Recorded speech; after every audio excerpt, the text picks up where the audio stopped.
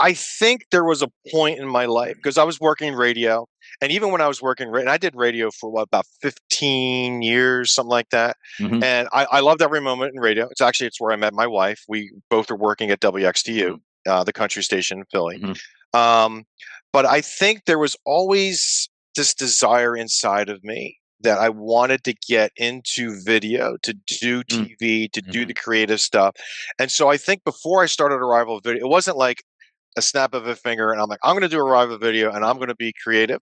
I think it was simmering in me. It was brewing, so that when I finally made the decision that I was going to do it, when I started Arrival Video in January of 2006, Hmm. there were two things out of the gate I knew I wanted to do. One, I wanted to do a video on the ghost tours of New Hope. And the other is I wanted to do. Welcome to the Your Message Received podcast. And now, taking your message to the finish line, your host, John Duffin. Hey folks, John Duffin here with Duffin Media. Welcome back to another episode of Your Message Received. Your Message Received is the home, the place, the platform to help you find your most true, authentic business voice. Heck, maybe it's just your true, authentic voice. Get what you want, find what you need, reinvent history, make billions of dollars. That's what I believe our guest today is going to do. He never confirmed that, but anyway.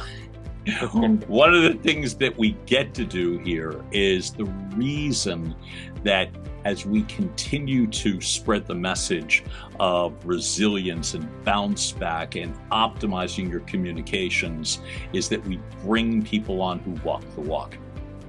Our guest today is a friend of mine who is no exception to that rule. So today, folks, you're going to meet Scott Randolph, who happens to be the founder of Arrival Video Productions LLC. Scott's first claim to fame to me happened to be being in Hatboro, PA, which is the home of my grandmother and both of my dad's sisters. So there's a lot of family lineage on and about Abbott Road in Hatboro. And so right off the bat, that struck my eye. How I also know Scott is through the television early emphases and growth of broadcast cable, radio days, documentaries, and has created such a ton of content. And so, Scott, it's great to have you here, man. Welcome. I am so happy to be here. I didn't realize you had the Hatboro connection too. You know, that little town. It's a small little town, and but it's a great community. And I was thrilled to grow up in that little community. And but I didn't know we had that connection. That's awesome.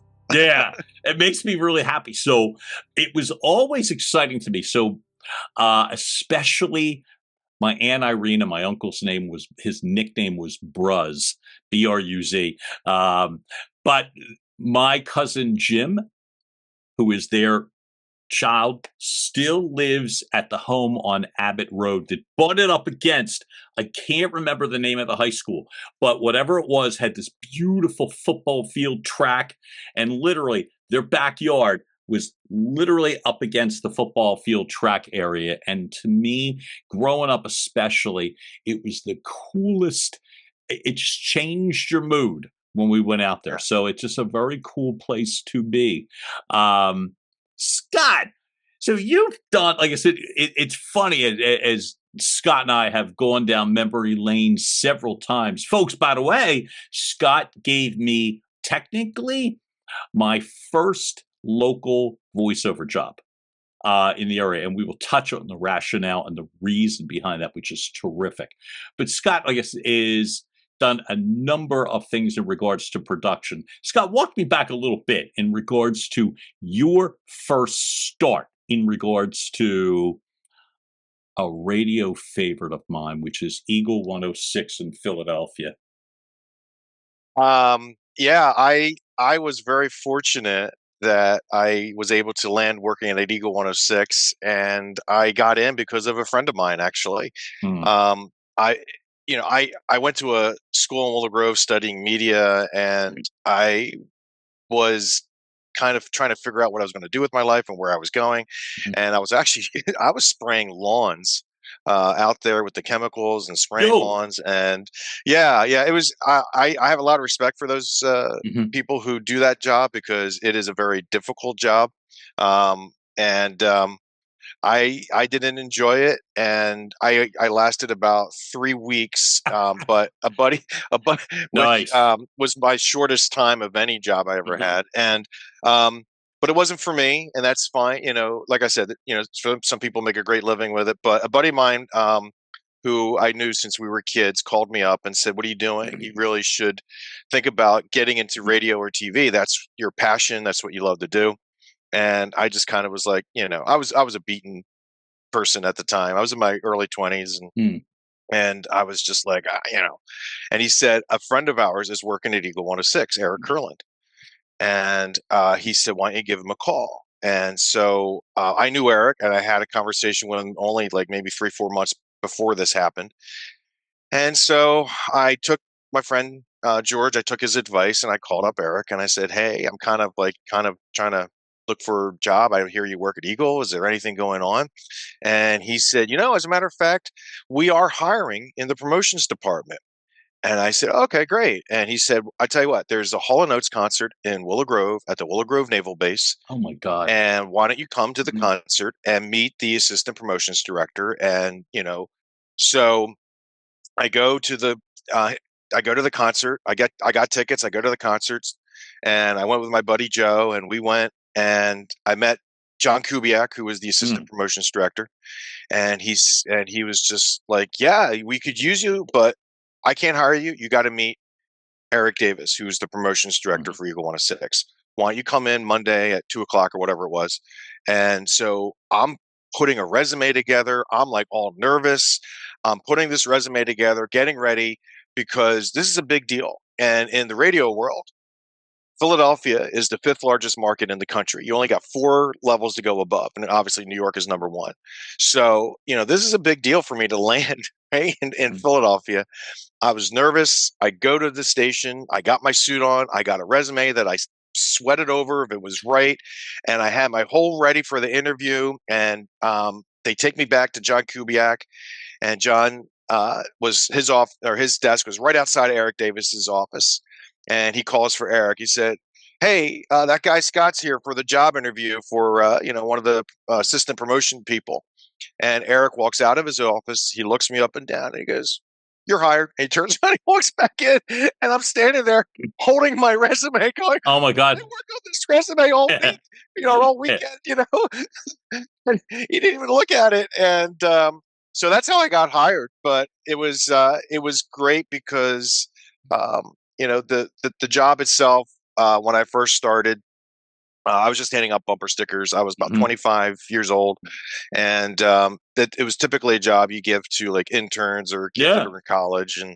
And I didn't care. I was in radio. I got my foot in the door. I was happy, and so I was out there handing out stickers. And then what really took off my radio career really was one moment when we used to have a bus for Eagle 106. It was a Greyhound bus. It was called Rolling Thunder, and we would do different concert trips for our listeners.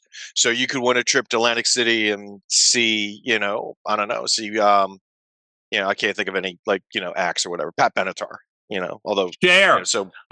Cher or Cher. Actually, the Bengals. That was actually one. New Kids on the Block. Right. New Kids on the Block. That was actually one I did do too. I did New Kids. I did the Bengals bus trip. So anyway, it was so you get all the listeners on this Greyhound bus, and you can go anywhere, and it was great, and go long distance because it was a typical Greyhound bus, and luxury. And my job was I got called in by Eric Davis, and he said, "Hey Scott," he goes, "You're going to take a group to Hershey Park with the bus," and the deal was the winners or the listeners or both, they got not only entrance into the park, but I had to make sure that everyone got off the bus, and as they were getting off the bus, I actually handed them cash. So part of the prize was they got cash to spend in the park anyway. You know, it's cash; you can do whatever you want. So, which was a pretty cool thing. When the whole thing was over, well, the biggest thing was I had to make sure all those people got back on the bus. Right, you didn't want to leave anyone in the park. And then that Monday, I went in to see Eric, and I said, you know, I went in. He goes, "Hey, how did it go?" And I said, "Oh, it went really well. It was great." And I handed him an envelope with the cash that was not used. And he just looked at me and he said, "What is that?" And I said, "This was never used." And he said, "I'm going to turn around. I don't want to see it." He said, "You have no idea what you just did. You have no idea what you just did." And what he meant by that was, and actually he said it, he told me, he said, "Nobody has ever done that before. No one has ever come back with extra cash." And I don't remember the dollar amount, but you know, it was more than a couple bucks. And next thing you know, anytime there was anything major going on at the station, like we did a thing with a movie premiere down at Center City. There was a soap opera artist. I can't recall his name. He had a big song, "Rock On." It was a remake, and he did a thing at Franklin Mills Mall. Next thing you know, I'm the one going out with Eric Davis, and with the you know, and it just kind of was a domino effect from there. To we gave a car away at Pulsations, and I was the one driving the car to get to Pulsations. You know, although that wasn't as much as an honor because I was the only one who could drive stick. So, I'm a listen, longtime stick driver, and so I know the challenge. I was, you know, I love the fact that you took something again. First off, the handing out cash part is great, but also the just handing out T-shirts in your mid-20s that a lot of people would have like rolled their eyes at. You accept the responsibility, accept the challenge, and more importantly, no pun intended from your interview, suited up and showed up. So the fact is, and that you did. So now you've got the eyes and ears and attention of a big decision maker at a major radio station in a major market. What would you say would be one or two of the things that you felt like you got from that experience that you were able to, not just how it helped propel your career, but how it's helped you in business? Wow. So much. It was, first of all, it was a fun place to work. It was great. And it was a, and back to your other point too, it everything took off. I went from, a guy handing out bumper stickers to I was in charge of the remote truck to producing all the live broadcasts. If we were live from Pulsations or what, I was the guy back at the studio pushing all the buttons. And by the way, the first person to actually show me how to run a radio board and actually do that was Danny Bonaducci. He was the first person to actually, everyone may not know who that is, but Danny Partridge from Partridge. Yeah. So, but I also think, and this is there is a lesson that was learned from this was Eagle 106. When I first got there, it was a different regime.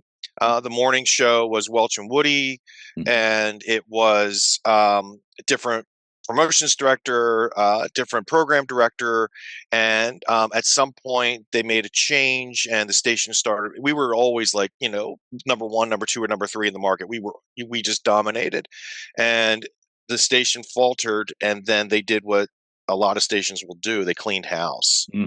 And it was a very difficult moment because they switched morning shows. They brought in a new program director. They brought in, there was basically new management.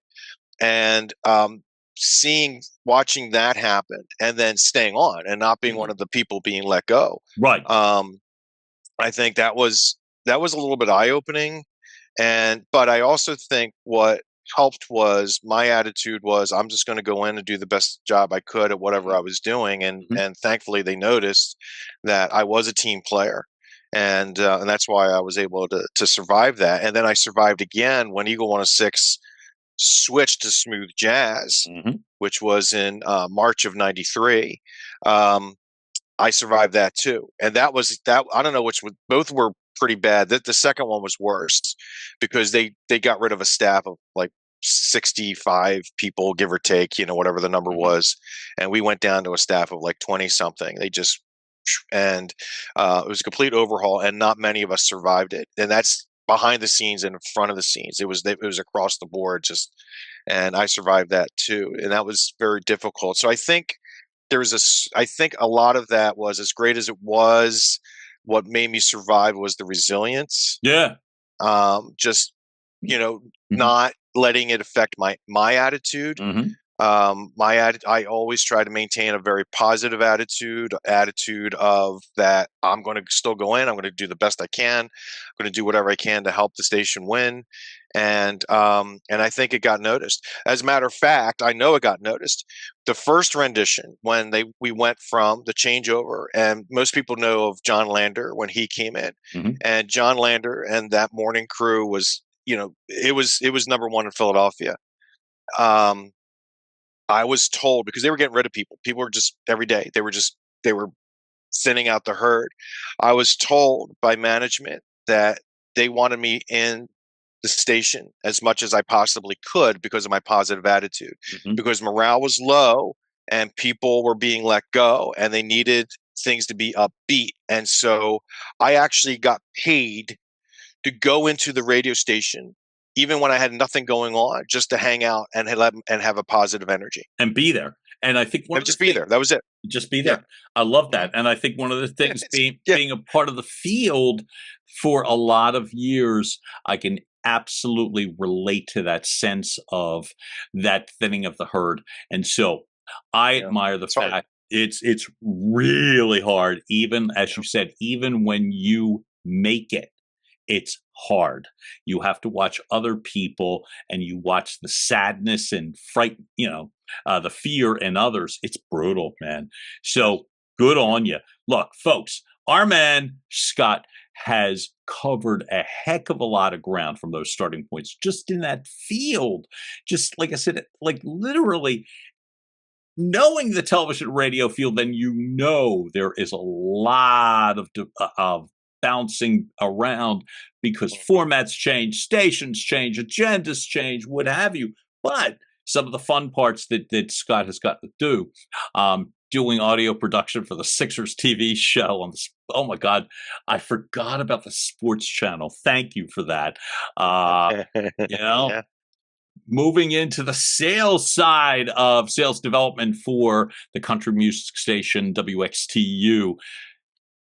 Being a part of the early and seriously of the growth stages of Comcast Spotlight for a lot of years with the Newsmakers program, with Philip Pops, World Cafe. It's crazy to me how you were able to navigate so many responsibilities in the television, radio side, and cable side of the industry.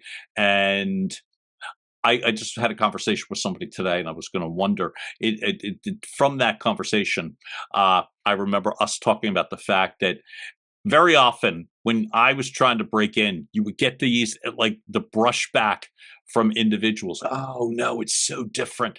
TV is so different from radio, or our format is so different.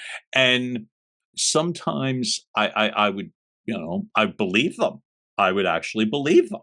And so you think about all the opportunities that for myself that I walked away from simply because it's like, oh, well, I could never, because it's so hard. What gave you the confidence to be able to bounce from opportunity? And I don't mean job to job, opportunity to opportunity to opportunity. What were some of the inherent skills in addition to resilience that you felt like put you again in a position to win?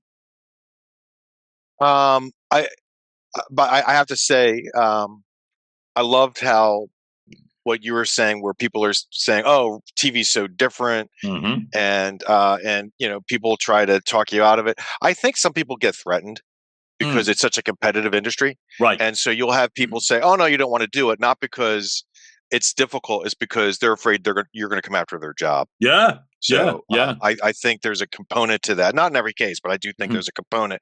I think that for me, Um, I had the opportunity. I was doing sales for Comcast Spotlight, and it's no secret I was not a great salesperson. I didn't light up the world, but it gave me a foundation to what I get to use today, and I would not replace that experience.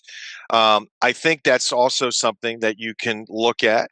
That okay, I was not really successful at sales, but what you do is you take something away of value.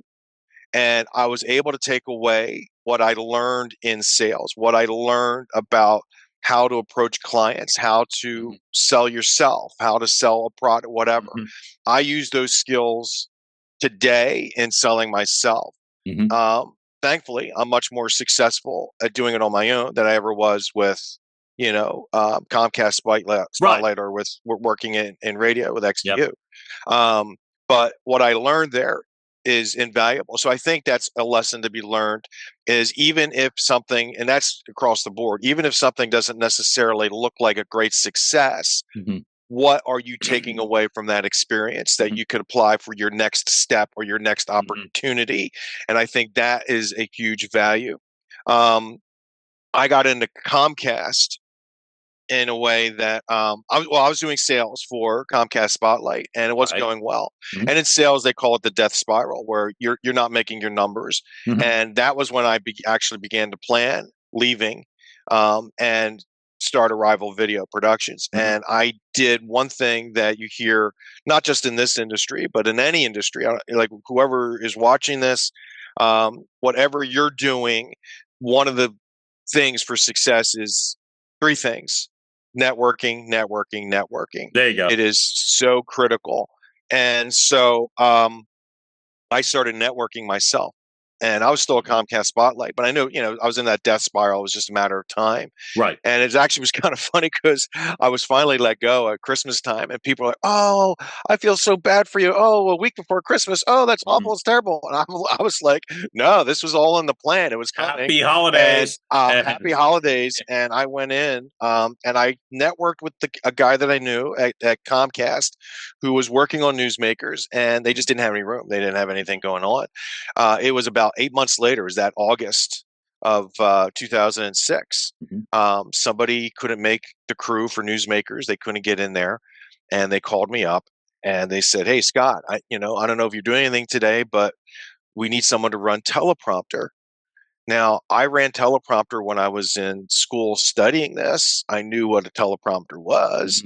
I never ran it professionally. And what did I say? Yeah, I'll be there. Great. Because I knew I could do it.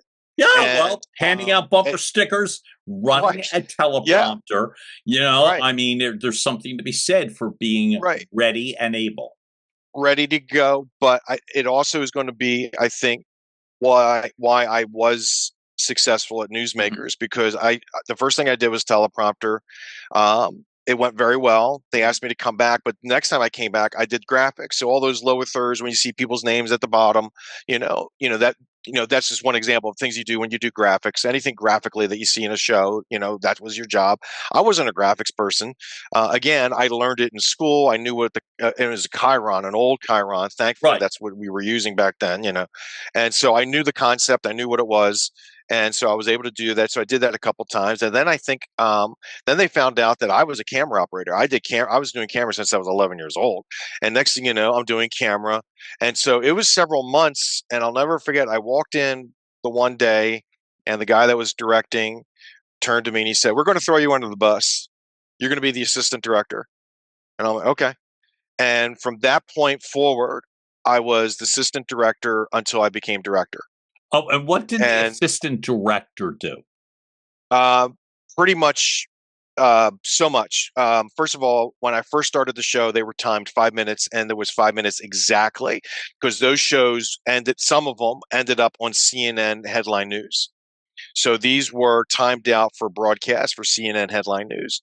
So as the assistant director, you have to get into the show. So the director takes over. So everything pre and post show is the assistant director. Show is the director. So I give the countdowns. I make sure that everything is recorded. I make sure there was, and in those days it was tape, so it was beta tapes. You had masters and backup, and so you were making sure that everything was recorded, everything was timed. You would give the time cues to make sure that the host knew how much time they had, and and then coming out of the show, you made sure that you were counting down out of the show. You had to be the eyes and ears for the director. You basically have the director's back, and you were the timekeeper for the show.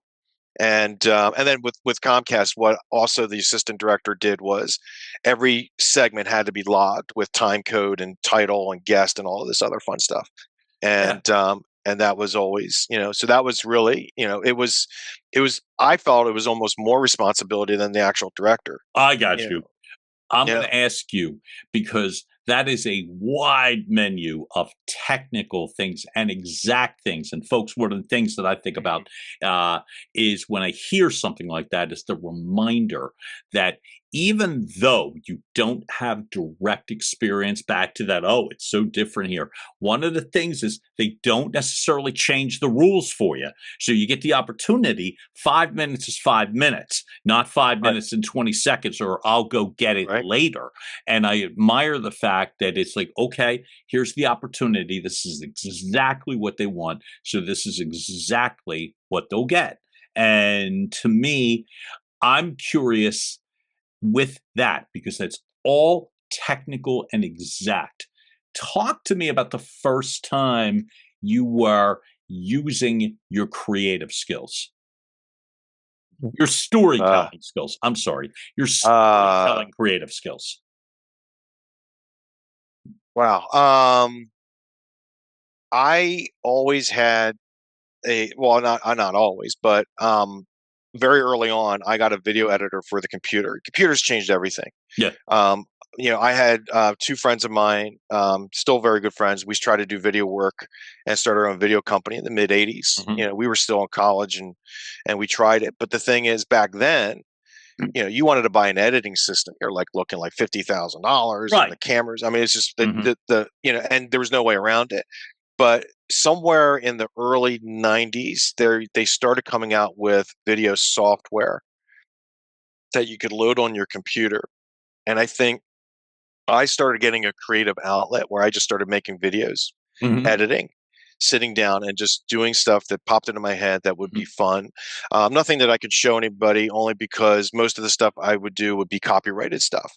Okay. Like I made a highlight video of the movie The Untouchables. Okay. And it was just something, and I put it to music. One of my favorite things, and this is true with anything that I have done production wise, I love matching music with imagery and having those marry together to create, a story. So that's probably what I can remember, was just once I got a video editor for my home use, and it wasn't a great one. My first one, it was pretty decent, but it was, it did what I needed to do. It wasn't going anywhere other than my own enjoyment and bore my friends and families. Hey, you got to see this. Yeah.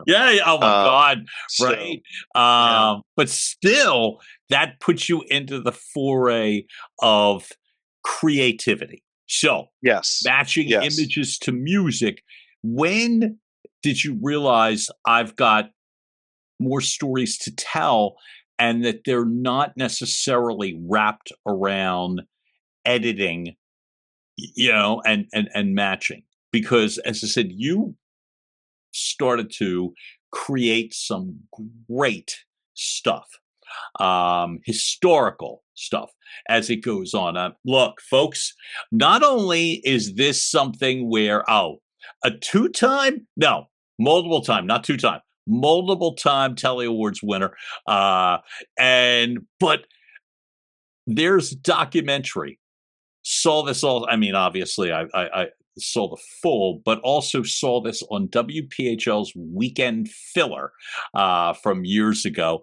That Scott's the on-air guy for the Battle of Crooked Billet, tying into historical, the Revolutionary War, your creativity and a heck of a lot more detail than matching music to imagery. How did you take that leap from there to there? I think there was a point in my life because I was working radio, and even when I was working, and I did radio for about 15 years, something like that. Mhm. And I loved every moment in radio. It's where I met my wife. We both are working at WXTU, the country station in Philly. Mhm. But I think there was always this desire inside of me that I wanted to get into video, to do TV, to do the creative stuff. And so I think before I started Arrival Video, it wasn't like a snap of a finger and I'm like, I'm going to do Arrival Video and I'm going to be creative.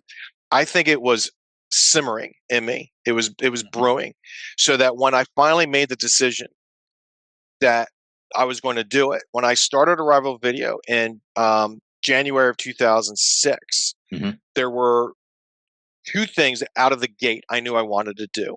One, I wanted to do a video on the ghost tours of New Hope. And the other is I wanted to do the Battle Crook of Billet. Okay. And I did both. I ended up doing both of those. And Crook of Billet, to me, is a story that I grew up with. I actually grew up on the battlefield of the Battle Crook of Billet. It's a shared battle between Montgomery and Bucks County. It was a moving battle. It started in Hatboro and it moved across the county line into Warminster. And I grew up in Hatboro, right near Crook of Billet Elementary School, which is named because of the battle. It is one of two elementary schools in the United States that sits on the grounds of an American Revolution battle. The other one is somewhere in Massachusetts. Don't ask me where, but somewhere up there. So the story was always with me, and I did not know how deep and how good the story is really until I met Dennis Cook, who is a historian and an expert on the battle. And when I met Dennis, I realized that there was more to the story. And thankfully, he got involved with me in the making of making the Battle Crook of Billet. And when I set out to do it, I wanted it to be as a documentary. And I never had any intention of having any dialogue. I didn't want to do a docudrama. I wanted to straight up. But the reenactors and the people that we got involved, actually, we got people from the Hatboro Village players to be involved. And what ended up happening was some of these people, when they threw out the dialogue, it was so compelling and so good that I left it in. And when people watch it, it's a documentary, but there's a point where there's a feeling that it almost becomes a docudrama.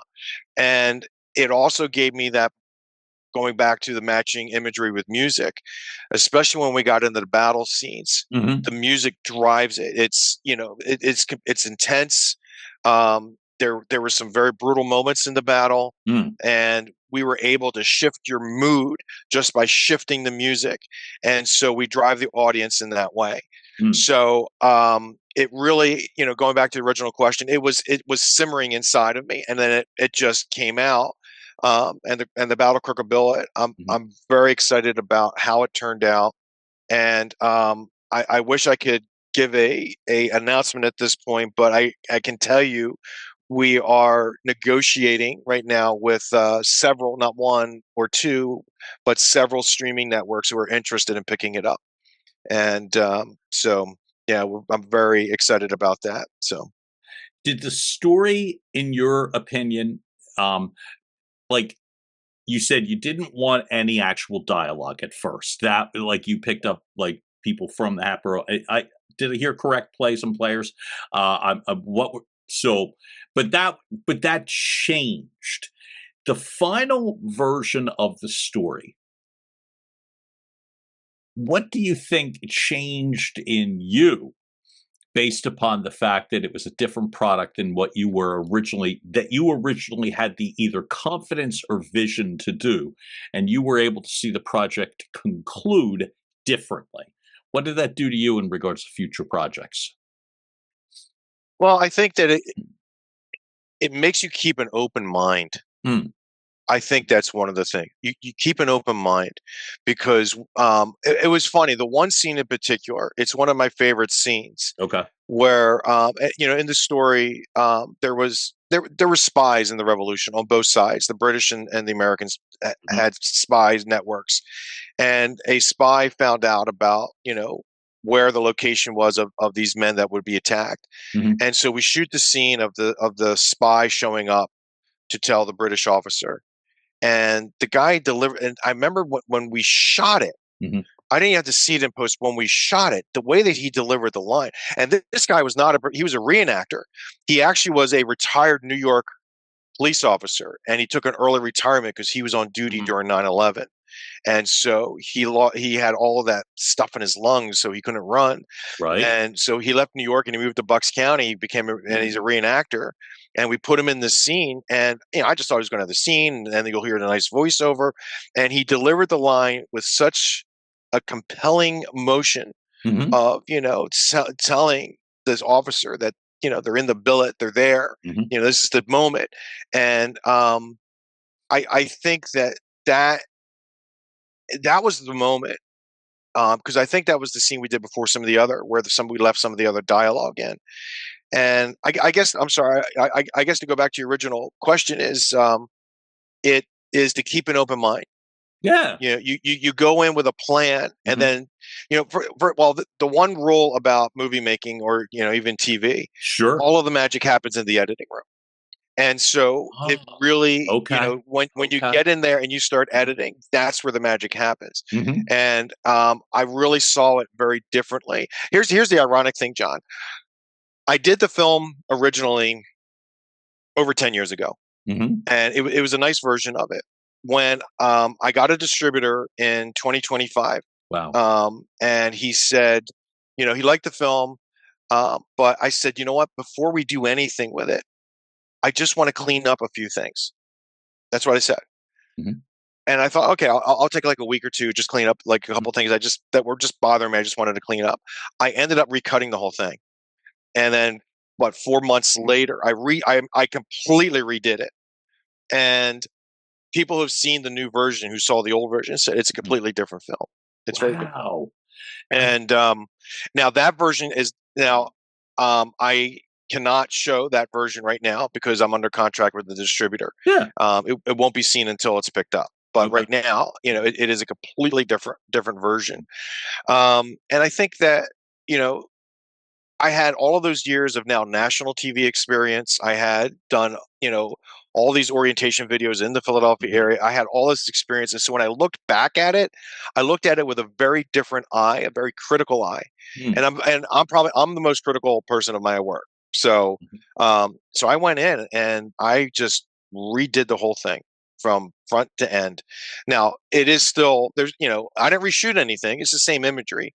And actually there were a few scenes I left untouched, some scenes I just left alone, but so much of it changed. So, and then the other thing that you asked about was like, what in that process, how did I feel with that process? Was the story of Crooked Billet, to me, growing up, it's a story about Hapro. It took place at the elementary school. Right. It's a Hapro thing and a Warminster thing. But when I got into the story, one of the things that I firmly believe now is, if you live in the state of Pennsylvania, you need to know about this story. It was not an attack on Hapro. It was not an attack on Warminster. This was an attack on the Pennsylvania militia, and a majority of the men that were involved in the battle were actually from Cumberland County, Pennsylvania. So if you live in Pennsylvania, this is something you need to know about. I also have found, I love the tentacles of it, that it goes beyond Pennsylvania. The British officer in charge who planned the battle and executed the battle was Major John Graves Simcoe. Well, Simcoe, after the Revolution, goes to Upper Canada, establishes Fort York, which is the foundation of Toronto, Canada. He is considered the founder of Toronto. So here he is fighting this battle and planning and executing this battle here in Hapro and Warminster, Bucks County. And then after the war, he is the founder of the city of Toronto, which is why when the Phillies play the Toronto Blue Jays, I always, So, but but You're but Switzerland. but yeah, right. But the tentacles of this story, I'm going to be later this year. I'm going to be at Ocean County, New Jersey. I do talks on the Battle Crook of Billet, and it's been very popular this year for me to go out. I've already done a couple of them this year, and I'm doing more. And Burlington County is interested in me coming. Mount Holly's looking at their calendar, and Ocean County is going to have me come probably October.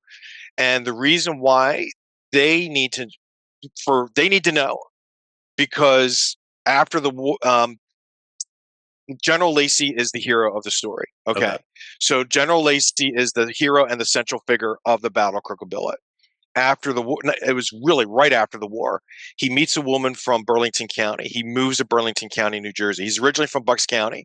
He moves to Burlington County. He starts an ironwork. He becomes part of the New Jersey Assembly. He then starts an ironworks down near the shore, which becomes now Lacey Township, named after him. So that's why Ocean County is interested in it, because they have a whole town named after this guy. Lacey himself is buried in Burlington County in Mount Holly. And it's not been confirmed, but Mount Holly is thinking of, they used a chapel there where as part of giving talks. And they asked me just a few days ago, they said, "We want you to come. Would you be interested in giving your talk at the chapel at St. Andrews?" And I'm thinking, right there where he's buried. Oh yeah. First of all, I'll go wherever you guys want, but what an amazing thing. And I've already visited his grave. It would be not the first time I've been to his grave, but that's also, the point is that, going into it, I didn't realize the tentacles that it had, or its own networking of it, how it's connected. I went to Westchester, last month, Westchester Library, and I gave a talk. I also, a few years ago, I was at the Westchester Historical Society, and Lacey is very much connected to Westchester. And so again, it's the connections it's just staggering, of this little tiny battle. I want to ask you, because you just brought it up. I'm thinking in regards to your ability to tell that very compelling story. And you've already brought up, and we might as well land there, which is the sense of being recruited to for people to hear the story. The setup question number one is, obviously, because you've demonstrated it, you can tell a very compelling story that clearly matters to you. When did the history bug hit you? Was it in high school? Was it, you know what I mean? Because to me, was the opposite. And I find this really cool that again, that you're able to make it feel like a present day story. That's the first question. I do not remember when I started to like history. It was always there for me. And I try to look back and think, is there any particular moment? I can't tell you any moment. I've always had a love of history. My father also loved history. And now for me, the American Revolution is my wheelhouse. I love that part of history. Okay. Why? And I don't know exactly why. It always has been with me. And I think the Civil War, I'm knowledgeable on it, but I can't tell you specific battles and dates and things like that. Okay. Like with the Revolution, I could. Yep. I think the Civil War was so tragic, so heavy. It was such a difficult time of our country. Yep. But was also predicted by the Founding Fathers, because the slave issue was not resolved. And Sam Adams said, if we don't resolve this now, that it's going to come back and haunt us in about 75 or 100 years. And he was off by about 20 years, So I think the American Revolution, to me, it's a little bit more, I don't want to say romantic, but it's more inspirational to me. It's more inspirational. The cause was more noble, and and when I say that with the Civil War, it's not that the cause wasn't noble. It's just that it was so tragic. You watch almost any Civil War movie, it's not a happy ending. Over 600,000 men died in the Civil War. Those are just tragic numbers. Yes. The suffering and all of that. And I think with the American Revolution, first of all, there was suffering. Battle Crook Bill proves it. There was a lot of suffering. There was war atrocities. There were terrible things going on. But there's so much that was going on in the Revolution that we can learn today. And that's what so I think that's kind of why I like the Revolution, because the idea of, freedom and liberty, that was really that was the whole calling card, and a lot of the founding fathers were misunderstood, and I think that to me is so yeah, it goes way back. When I was in elementary school, I was probably third grade, and I was, before you saw people lip syncing stuff, I was doing that with the album to 1776, the movie with William Daniels. There you go. Who he was John Adams on Broadway, and then in the movie, and I was doing that as a kid, and so it was already with me because I was already doing that. I was doing it at home. I was doing it at home for the neighbors and the family, and then I started doing it in school, and then my mother and her best friend, they ended up doing it for the Cub Scout pack that I was in. And we actually went to schools performing it, and we were performing, we were lip syncing. We were just lip syncing to actually, it wasn't even a record. We were using 8-track. Oh man. 8-tracks, yeah. And my brother ran the 8-track, which was, such ahead of its time at the time. Yeah. Yeah, it was great. So yeah, I was a kid, and then we performed it at my school, and that was like a big deal. But I loved it because it was the American Revolution. And then I remember I was about 10 years old on a camping trip, Boy Scouts, Cub Scouts, and there was a man there who loved history. And I'll never forget this. And he was an older gentleman. Well, I mean, he was old to me. I was 10 years old, so he's probably 30, right? 25, right? But yeah, when you're a kid, like anyone over 30 is old, But anyway, he was standing there with my dad, and this guy loved history, and we were camping somewhere in Fort Washington, out there, on the Turnpike, Hope Lodge area, Germantown Academy, and he's telling the story about the Battle of White Marsh and about the campfires and all the things that were going on. And I was just so into it. And, and then he hands me a book, and I still have it today on my bookshelf with all my other history books. And he inscribed it to me, to Scott, from somebody else who is interested in history, your friend, Mr. Jones. And so, so my love of history has gone back. Goes back before I can remember. Okay, so let's flash it forward now for your ability to tell stories to, we're going to say, second and third act people, like 55 plus retirement, 55 plus living centers. It's funny because I'm of the age, but I was going to say that it's like you're not calling them retirement homes. You're not certainly not calling them old age homes. But for the 55 plus second and third actors that are requesting your presence specifically to speak and share these stories, what was it like the first couple times that you got to do it? It was great. My mother and I used to go into those facilities. My dad's oldest brother, who was a World War II vet, by the way, he landed on Omaha Beach, and that's a story for another day we could talk about. But he was in a nursing home in Bucks County, and he was there for a while. And my mother and I would go and visit him, and she was a piano teacher, and I play guitar, and we would go and we would play duets together. She was a good singer too, so she would, and sometimes she would sing, and I'd play guitar, and it was for my uncle, but it was for the residents as well. So so for me, when I was starting to go in and doing history talks, it was kind of the same feel of giving back. And some of these people, you don't know their backgrounds. And one thing I believe in, not just even for the 55 plus communities, my philosophy on life in general is you be kind to everybody, because you never know what somebody is going through, and you can't tell by the exterior what's going on inside. And life is tough and everyone has struggles. So don't be mean, be kind, because you don't know what somebody is dealing with. And for the people that are in these homes, you don't know what their family situation is. Some of these people may not have family. They may not have people who visit them on a daily or even weekly or even monthly basis. And so when you go in and do a presentation, I can't tell you how many times I've gone in and do talks that I don't get out of there for 30 to 45 minutes after the talk is over, because these people want to talk to me. They want to share. And I am more than happy to do that, because they may not have anybody to talk to.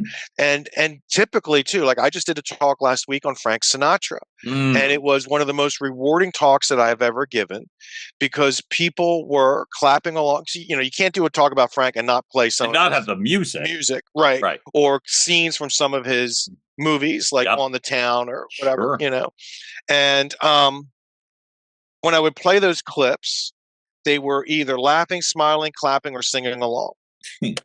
And when I got to the end, and of course, when you do Frank Sinatra, you have to end it with "My Way." It's the only. Right? Yes, I think, and if it's not, it should be. Right. And before I played it, I said, "Let's think about everything we just talked about over the last hour. What Frank Sinatra went through in his career, because he was up and then he was down and then he came back, and he did it all." And he really did do it his way. So I said, just, as we watch, and it was a clip from his concert at Madison Square Garden in 1974. And so I said, watch this clip and listen to the words. And the words were, there was a subtitles for the words so they could follow along. Right. And think about everything we just talked about. Most of the people had tears coming down their eyes. And that's the kind of thing that if I can connect and have an impact, and I don't care what it is I'm doing, I look for that emotional connection. And whether I'm talking about Crooked Billet or Frank Sinatra, or if I'm doing, I do a cooking show, or I did a cooking show on PBS. I'm still. Let's talk with Christina. Yeah. And but to me, it's all about that emotional connection and making the connection. And I do a streaming for a mega church in New Jersey, and I've been doing that for 20 years. And it's the same thing. My philosophy doesn't change. It is about the connections and the emotion. And technically, we don't need to get into how we do that and achieve it, but that to me is what's so important, to connect with people and get people's reactions. The thing I like about doing the public speaking is I get to see it in real time. Yes. Because, right. So, I got to see right there the people crying and clapping and being happy, or whatever their emotion were, and the talk is designed to take them, that way. And same thing with Crooked Billet. Unless I'm doing when it hits the stream, I'm not going to see people's reactions. I hope they get the reaction, but based on the talks, I know that that hopefully they'll get the reactions I get when I do it live and speak about it. You touched on me when we spoke. We did it with folks. We did a couple of pre-call setups with this, and there was a part that really resonated to me on a pre-call about a little while back, talking about your movement, your eye contact when you are speaking to individuals, which intimidates some. And that you found a little bit of magic in the sense, or a little bit of additional confidence in your ability to specifically engage. How'd you do it? I started in theater when I was 10 years old. I'm also very fortunate. I had two very good role models in my mother and father. And both of them had no problem doing public. My dad was more reserved.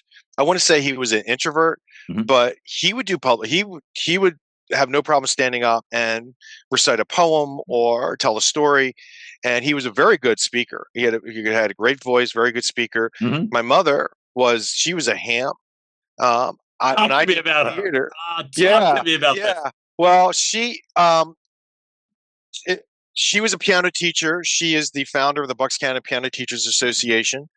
And I got involved in musicals. In 1975, I did a musical, Lenape Valley Music Theater, and it was Music Man, and they needed kids. So my neighbor across the street, Patsy Mack, called my mom and said, "Would Scott be interested in trying out?" I tried out for the lead. No surprise, I didn't get it. I had no experience. I was just, I had no idea. Right. I never was on a stage before, really, and lip singing 1776 didn't count. Sorry, no offense to doing that, but that just didn't count. And Still impressed and then, me. yeah. And then the next year they did Oklahoma, and they decided, well, let's bring the kids back to fill in the town folk. Mhm. And my dad said to my mother, you went to all these rehearsals for Music Man with Scott, and now they're doing Oklahoma, Mhm.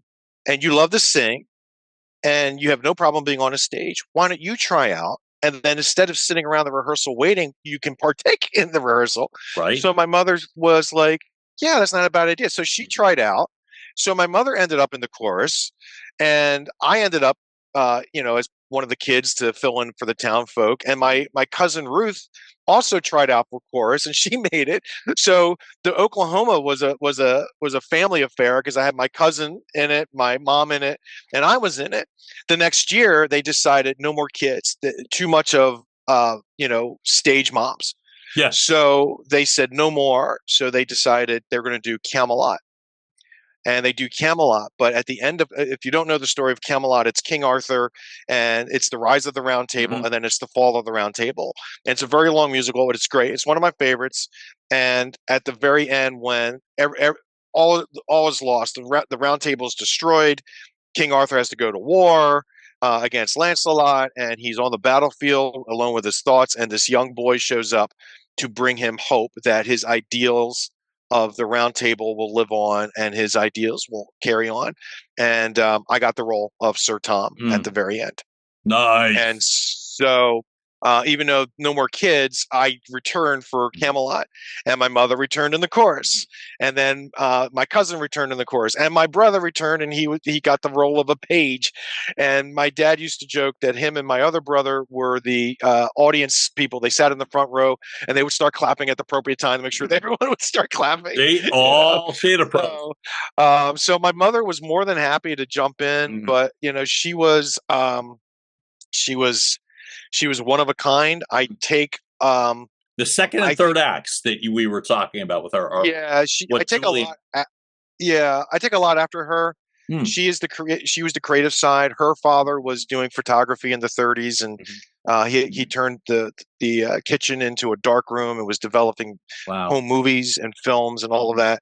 So I take after her side. She was very theatrical, very outgoing, and you could get her in a room and talk.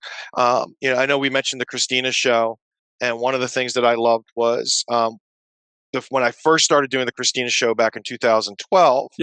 It was a live audience, and we shot it at the restaurant school in Philadelphia, right there on Walnut Street. And I said to my mom, I said, "You want to go to a taping?" Which was a stupid question. I mean, yeah, she wants to go.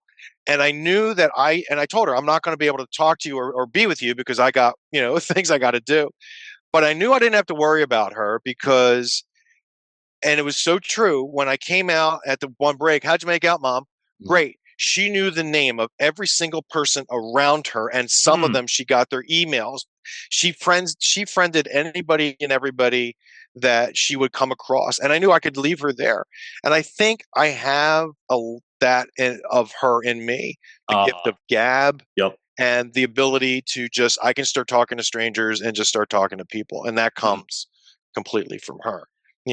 But the third stage that you mentioned comes if we go back to the woman across the street, Patsy Mack, who she is the one that got me started on that because they needed kids. She called my mom. For Music Man, I said yes.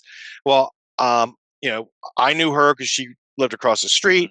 I went to high school with her kids, and we were on the swim team together, and we played together on the streets in the backyards, and knew them very well. She did professional theater locally, and she was very good. And when she was in her 70s, she decided to make it into movies. And if you watch just about any Bradley Cooper movie, I just watched Silver Lining Playbook a couple months ago, and she plays the principal, and she's brilliant. And she was in another Bradley Cooper movie, and and I think she is an inspiration. Awesome. And I think also in the same vein, we're talking about with my mother, but first with Patsy Mack, she decides, I'm going to do movies. She's in her 70s. And boom, there she goes. My mother was the bookkeeper for the Upper Moreland Public Library for a really long time. And then I don't remember what year it was, but here she was close to 70. She didn't retire until she was 70 or something. Like, I don't know. I don't remember the exact age. Right. She was in her 70s when she retired, but here she was like close to 70, around 70. And they said, well, guess what? You're going to have to now use Excel with whatever you're doing. She couldn't do it the old fashioned way that she was used to. And here she was. And I think some people would have just said, forget it. Oh, yeah. I'm not going to deal with a computer. Microsoft Excel is a really complicated program. But you know what? She learned it. She put herself out there and she said, I'm not going to let age define me. I'm not going to let the idea that, oh, you're too old to learn something that's this technical. And she did. And she got several different people to help her understand it. And she was a very smart woman, but, you have to also think of that generation. They weren't used to for us that grew up with computers around us, it's like, no big deal. Right. But for her, it was a big deal. And she did it. She conquered it. And so I think looking at things, you always can get there. Don't let your age prevent you. Don't let what other people prevent you. We talked about that earlier when people on TV and no. You can't let negative people block you, and you have to move forward and move on and follow your own path. Yeah, man. Adaptability, resilience, just being amenable to change and showing up and just showing up and being ready. Scott Randolph, we could go several more, and I will leave that door open for another round if you're willing, because I am. Absolutely. You made this a blast for me and for my audience. I'm really grateful. Look, what is the best way to find you? Because obviously there's a lot going on. So what's the best place to find you?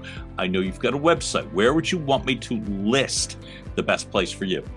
Well, I am the senior tour guide for the Ghost Tours of New Hope. So if anyone is interested in me coming out and doing a talk, there is a tab on the official website of the Ghost Tours of New Hope about speaking engagements. And it, because my wife and I run the tours, we operate the website. We see all the traffic coming in, and that's the best way to get a hold of me and get me, for any kind of speaking engagement. And, which is one of the, we'll have to talk about that sometime, about the Ghost Tours of New Hope. Oh, 1,000%. Yeah. I'm delighted. And folks, we promise you that link will be in the bio as well, too. In terms of ghosttoursofnewhope.com, that will absolutely be in the link. Scott Randolph, thank you so much for showing up, man. Meant the world to me. I really appreciate it. Thank you, John. I was so happy to be here. Oh, my God. You made it great. Folks, you've just heard another episode of Your Message Received. Keep liking, watching, listening, subscribing. Tell your friends. Why not? And we'll keep driving more content through your front door. John Duffin here with Duffin Media. Have a great rest of the day, all, and we will talk soon. Bye. And now, making its way across the finish line, Your Message Received has been a production of Duffin Media.